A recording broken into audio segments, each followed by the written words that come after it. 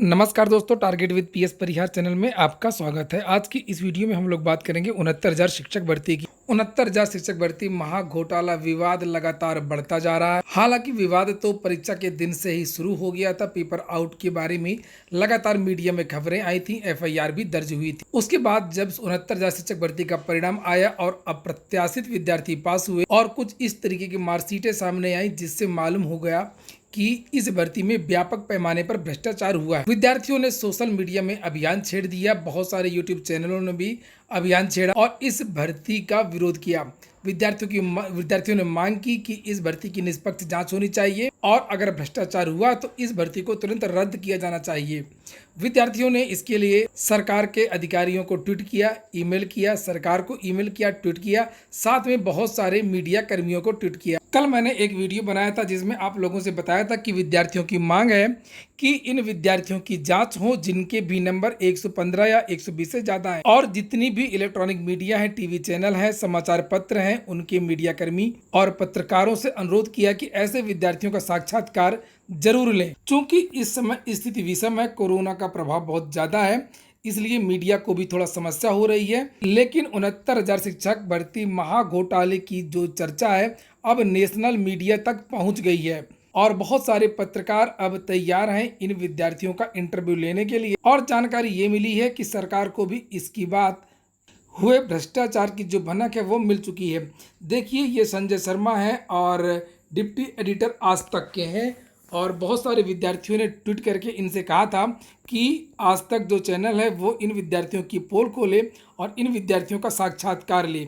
इन्होंने ये जो संजय शर्मा है, इनको विद्यार्थियों ने देखिए टैग किया था, बहुत सारी मार्कशीटें, बहुत सारी वॉइस रिकॉर्डिंग, बहुत सारे तथ्य रखे थे और कहा था कि ये जो विद्यार्थी हैं, ये जो टॉपर हैं, इनको बाहर आना चाहिए और मीडिया इनका साक्षात्कार ले। और बदले में इनका जवाब आया था कि कुछ तो दाल में काला है।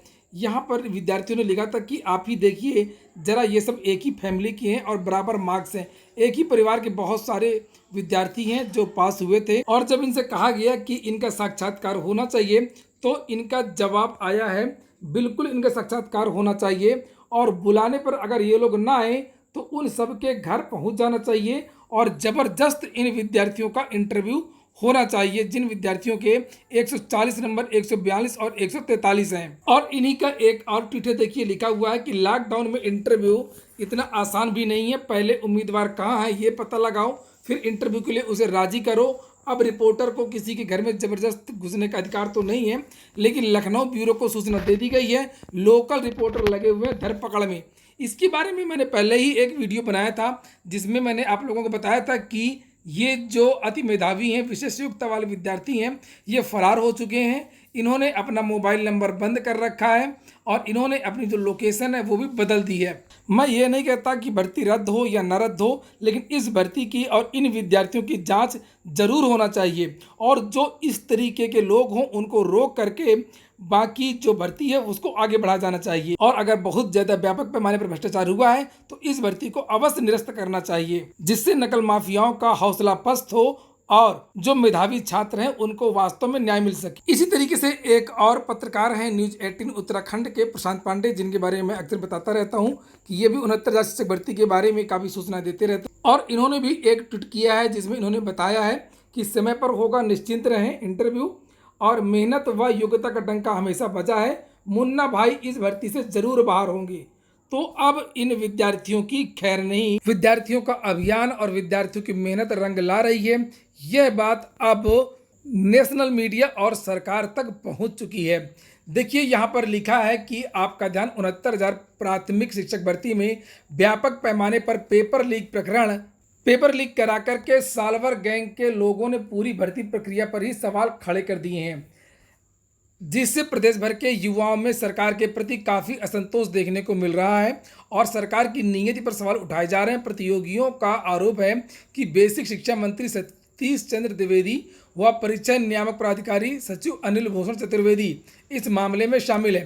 तो ये केवल सालवरों का किया धरा नहीं है, भ्रष्टाचार इसमें कई चरणों में हुआ है। ये मैं बता चुका हूँ आप लोगों को कि परीक्षा केंद्र जैसे एक मजीदिया इस्लामिया करके एक प्रयागराज में एक विद्यालय है जिसमें लगातार सीरियल से पूरे विद्यार्थी पास हो गए हैं और एक ही परिवार के बहुत सारे लोग पास हुए हैं। और बताया तो ये जा रहा है कि पीएनपी की भी इसमें मिली भगत है, अंदर से भी बहुत सारे लोगों के काम हुए हैं। चूंकि ऐसी ऑडियो रिकॉर्डिंग आई है जिसमें विद्यार्थियों ने बताया है कि उनकी पीएनपी में साठगांठ है।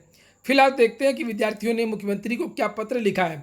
मुख्यमंत्री को पत्र लिखा है कि इसलिए उन्हें तत्काल प्रभाव से बेसिक शिक्षा मंत्री प्राधिकारी सचिव को तत्काल हटाने, इनके खिलाफ आवश्यक कार्रवाई करने की मांग कर रहे हैं। साथ ही साथ पेपर लीक मामले पर जांच करने की गुहार लगा रहे हैं, जिसको लेकर के लॉकडाउन की वजह से लगातार सोशल मीडिया को हथियार बना करके आप तक अपनी आवाज़ पहुंचाने का प्रयास कर रहे हैं। लेकिन आपका बयान 69,000 शिक्षक भर्ती के संबंध में न आने से आपकी पूरी सरकार पर सवाल किया जा रहा है, जो आने वाले चुनावों में आपकी सरकार के लिए घातक सिद्ध होगा।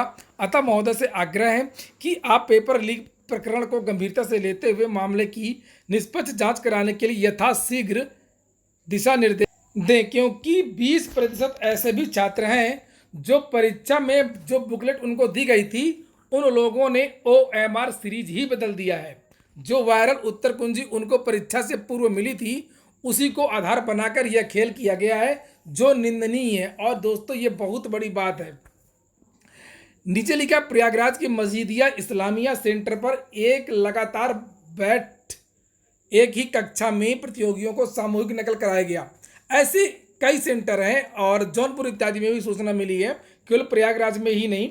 इतना ही नहीं, एक ही परिवार के सभी सदस्यों का एक समान अंक का आना, वह भी अप्रत्याशित, तो गुस्सा लाजमी है। ऐसे हजारों मामले हैं। आप लोगों ने देखी होगी, नन्नू यादव के सभी पुत्रों की नौकरी मिल गई। इसी तरीके से एक कोई गोरख सिंह थे, उनके भी परिवार के सभी बच्चों की नौकरी मिल गई। ऐसे बहुत सारे परिवार सामने आए हैं। नीचे लिखा है कि यदि सरकार 7 दिन में भर्ती करा ले रही है तो स्वागत योग्य है, और तो इसी तरीके से 7 घंटे में जांच भी करवा दे, अन्यथा योग शिक्षकों का सपना कभी पूरा नहीं हो पाएगा और विकास पागल होकर संगम के किनारे घूमता मिलेगा और राम राज्य की कल्पना जो है वो धरी की धरी रह जाएगी। तो मुख्यमंत्री जो अक्सर कहते रहते हैं कि जीरो टॉलरेंस की नीति है भ्रष्टाचार में, तो यहाँ पर उनको अपनी नीति दिखाना चाहिए कि जीरो टॉलरेंस के तहत इन अधिकारियों, इन विद्यालय कर्मचारियों और नकल माफियाओं के खिलाफ कार्रवाई करें, एक जांच करवाएं, उसके बाद में भर्ती पर निर्णय लें। एक बात और, मुख्यमंत्री अक्सर ये भी कहा करते थे कि हम योग्य विद्यार्थियों का चयन करेंगे। तो जब इस तरीके से अधेड़ उम्र के लोग, जैसे कि आप लोगों ने आज मार्कशीट देखी होगी, 46 वर्षीय 45 वर्षीय लोग जो 143 नंबर लाए हैं, 142 नंबर लाए हैं, जिन पर इतने सारे आरोप लग चुके हैं और तब पर भी वो लोग बाहर नहीं आए हैं, इनके रहते हुए योग्य अभ्यर्थियों का चयन कैसे हो पाएगा। तो ठीक है दोस्तों, फिलहाल आप लोगों की जो मेहनत है वो रंग ला रही है और मीडिया लगी हुई है। बहुत जल्दी ये विद्यार्थी निकल करके बाहर आएंगे और सरकार को भी इसके बारे में ज़रूर ध्यान देना होगा। ये हो गया आज का वीडियो अगर आपको अच्छा लगा हो तो लाइक कर दें। अगर आप लोग शेयर कर सकते हैं तो इस तरीके के वीडियोज़ को शेयर ज़रूर कर दिया करें। पूरा वीडियो सुनने के लिए बहुत बहुत धन्यवाद।